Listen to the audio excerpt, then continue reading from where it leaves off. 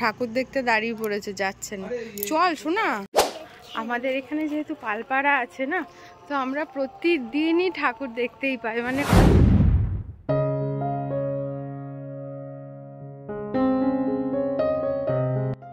শ্রী গুরু জয়, কেমন আছেন সবাই? ইনসাইড ফ্যামিলি টক্সের একটি নতুন ব্লগে আপনাকে স্বাগত জানাই। আমি চলে এসেছি সোনাকে স্কুল থেকে নিতে, কারণ আজকে সোনাদের স্কুল তাড়াতাড়ি ছুটি হয়ে গেছে। আজ থেকে সোনাদের শুরু হয়ে গেল ফাইনাল এক্সাম। আজকে হচ্ছে ইংলিশ এক্সাম, সোনা যেটা বলল। তো এইভাবে আজকের ভিডিওটা স্টার্ট করছি, সাথে থেকো। আশা করি আজকের ব্লগটা তোমাদের খুব ভালো লাগবে। সোনাকে স্কুল থেকে নিয়ে চলে এসেছি। সোনা এই যে ঘুমিয়েও পড়েছে। ওদের আজকে হয়েছে বললো, মানে আজ থেকে সোনাদের শুরু হলো হচ্ছে তোমার ফাইনাল এক্সাম। আর আজকে ওদের হয়েছে বললো ইংলিশ হয়েছে আমাকে। তো বললো তো সবই লিখেছে। আর আমি ম্যাডামের কাছে জিজ্ঞাসা করলাম যে ম্যাডাম ওকে লিখেছে? তো ম্যাডাম তো বললো যে হ্যাঁ লিখেছে। তো যাই হোক, পরে বলছি কি কি এসেছিল, মানে আমাকে শোনা যেটা বললো। তো চলো ভিডিওটা স্টার্ট করছি, সাথে থাকো, দেখতে থাকো। আশা করি আজকের ব্লগটা খুব ভালো লাগবে। আর আমি অবশ্যই তোমাদেরকে বলবো সোনার এলকেজিতে এক্সামে কি এসেছিল ইংলিশ।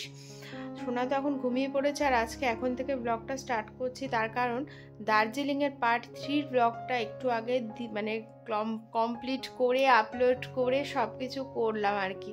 তো সেই জন্য দেরি হয়ে গেল ভিডিওটা স্টার্ট করতে আজকে, জানো তো। আর মানে কি বলবো, রাত্রিরে এত ঘুম পেয়ে গেছিলো কালকে, আমি তো করতেই পারিনি।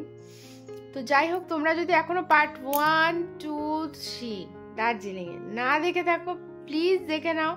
খুব খুব ভালো লাগবে, কারণ আমরা ভীষণ মজা করেছি। আর যেখানে যেখানে ঘুরেছি সব কিছু দেখিয়েছি, ভিডিওর মাধ্যমে দেখানোর চেষ্টা করেছি। আর ভিডিওটা কিন্তু ভীষণ ভালো হয়েছে, 3টে ভিডিওই খুব ভালো হয়েছে। তো প্লিজ দেখো, আর যদি দেখে থাকো তো কমেন্টস অবশ্যই করো, ঠিক আছে? তো চলো, এবার আমি একটু ফেসবুকের কাজও রয়েছে, সেটা কমপ্লিট করব। ও আমার ফেসবুক আইডিটা কি বলো তো, পিঙ্কি ঘোষ। তোমরা যদি চাও ওখানেও আমার সাথে এসে কন্ট্যাক্ট করতে পারো। তো সেখানে কিছু কাজ আছে, সেগুলো কমপ্লিট করব। তারপরে একটু রেস্ট নেব, আবার সোনাকে ডাকতে হবে, কারণ বিকালে তো সোনার পড়া আছে। তো চলো একেবারে দেখা হচ্ছে বিকালে সোনা ঘুম থেকে ওঠার পর। Good evening. ঘড়িতে বাজে 4:45। সোনা ঘুম থেকে উঠে গেছে। আমিও যখনই ঘুম থেকে উঠে না কেন, সকালে হোক বা সেটা বিকালে হোক, আমি ঘুম থেকে উঠেই আগে ওকে একটু জল খাওয়াই। তো আমিও ওর সাথে জল খেতে বসে গেলাম, কারণ আমি যদি না খাই তাহলে না ও খেতে চায় না। আমিও খাই, ও খায়। তারপর ওকে একটু এখন খাওয়াচ্ছি, খাইয়ে নিয়ে যাব পড়তে। আর বাচ্চাদের সবসময় অল্প অল্প করে খাওয়াতে হবে, বাট বারে বারে সেটা খাওয়াতে হবে। যে সোনাকে যাচ্ছি পড়তে দিতে, এই যে রোশনা ওদিকে বল খেলছে। বেরিয়ে গেছি আমরা, ঢঙি মাসি।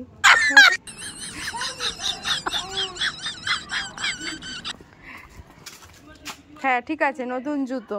চলো সাইড দিয়ে, চলো এই সাইড দিয়ে।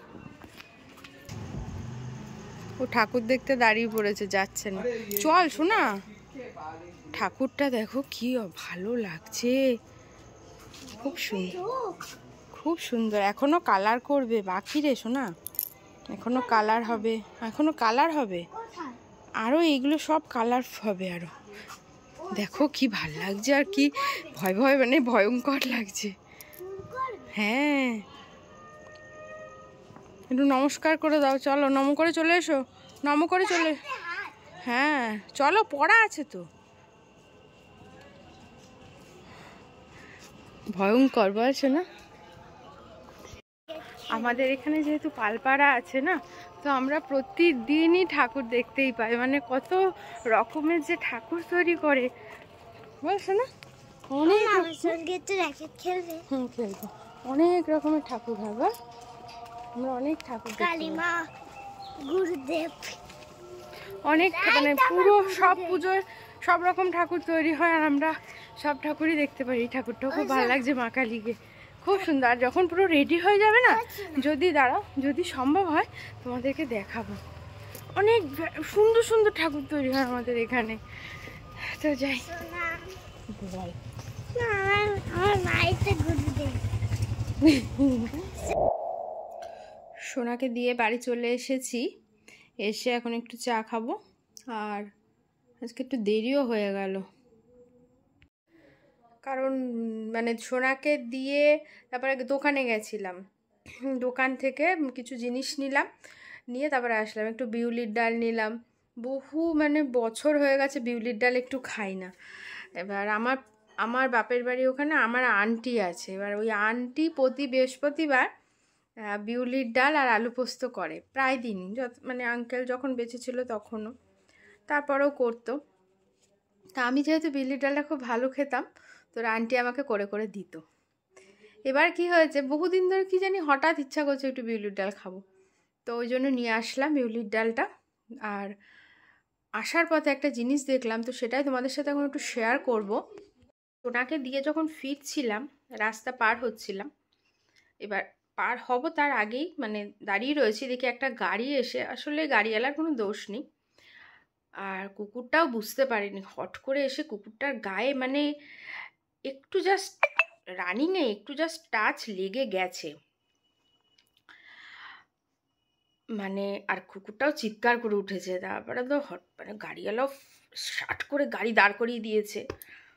মানে সত্যি উনিও মানে খুব ভালো বলবো, না হলে এইভাবে একটা রানিং গাড়ি উনি দাঁড় করিয়ে দিয়েছে, পিছনেও কিন্তু গাড়ি ছিল, উনি দাঁড় করিয়েছে, সাথে সাথে ওই পিছনের গাড়িটা সাইড করে, মানে উনি সাইড করে আবার উনিও দাঁড় করিয়ে দিয়েছে। মানে ওই মানে কুকুরটা তো ঠিক, তারপরে দেখলাম কুকুরটা ঠিক আছে, ও ভয় পেয়ে বেশি চিৎকার করে উঠেছে, ওর লাগেনি। আর দুটো গাড়ি মানে ফাটফাট করে দাঁড়িয়ে পড়েছে, তো মানে আর একটু হলে মানে কোনো লেগে যেত, মানে গাড়ির ক্ষতি হয়ে যেত, ভিতরে লোকজন ছিল। তো এটাই হচ্ছে ব্যাপার। সেই জন্য মানে একটা কথাই আর কি বলার, আমরা সবসময় চেষ্টা করি সতর্ক হয়ে চলাফেরা করার। আর যারা তোমরা গাড়ি চালাচ্ছেন, যারা আপনারা 4 চাকা হোক, 2 চাকা হোক, সাইকেল হোক, ভ্যান হোক, টোটো, অটো রিক্সা, যে যেভাবে হোক, যাই চালান না কেন, একটু কন্ট্রোলে রেখে সবসময় চালালে স্পিডটা, তাহলে কিন্তু অনেক বিপদ থেকে আমরা রক্ষা পেতে পারি। কারণ হুটপাট রাস্তায় অনেক এরকম কুকুর বিড়াল চলে আসতেই পারে, যাতে তাদেরও কোনো ক্ষতি না হয় আর আমাদেরও যাতে কোনো ক্ষতি না হয়, দুই দিক তাকিয়েই আমার মনে হয় আমাদের একটু সাবধানে চলাটাই ভালো। তো এটাই আর কি বলবো বলে মানে ভাবতে ভাবতে আসছিলাম যে এই কথাটা আর কি বলবো। তো ঠিক আছে, চা তো মানে গল্প করতে করতে চাটাও ঠান্ডা হয়ে যাচ্ছে, চাটা কমপ্লিট করি, তারপরে আবার একটু টুকটাক কাজ আছে, একটু ব্যায়াম করবো, তারপরে সোনাকে আনতে চলে যাব। অনেক জামা কাপড় ছিল, সেগুলো এখন ভাঁজ টাজ করে নেব, ঘরটাও গুছিয়ে নেব। আর এখনই তোমাদের সাথেও শেয়ার করছি সোনাদের আজকে এক্সামে কি এসেছিল। সোনার আজকে ছিল ইংলিশ এক্সাম, ও যতটুকু বলল সেটাই আমি যেটুকু বুঝলাম। এসেছিল হচ্ছে এ থেকে জেড, ছোটো হাতের বড় হাতের কারশিপে, রাইমিং ওয়ার্ড এসেছিল, আর এসেছিল 2 লেটার ওয়ার্ড, 3 লেটার ওয়ার্ড, আর এসেছিল হচ্ছে নিউ ওয়ার্ড। তো এগুলোই এসেছিল, ও যতটুকু বলেছে আমি ততটুকুই তোমাদের সাথে শেয়ার করলাম।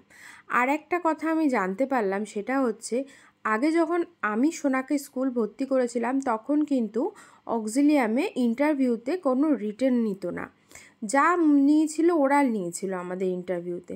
বাট এখন কিন্তু আমি যেটা শুনলাম, এখন রিটেন হচ্ছে, ঠিক আছে? তো তোমরা যারা নেক্সট ইয়ারে ভর্তি করবে চিন্তাভাবনা করছো তোমাদের বাচ্চাদের, তো তোমরা অবশ্যই এই বছরে পুরো মানে 1 বছর বাচ্চাকে ভালো করে প্র্যাকটিস করাও লেখা, কারণ লিখতে হবে কিন্তু যদি এলকেজিতে ভর্তি করাও।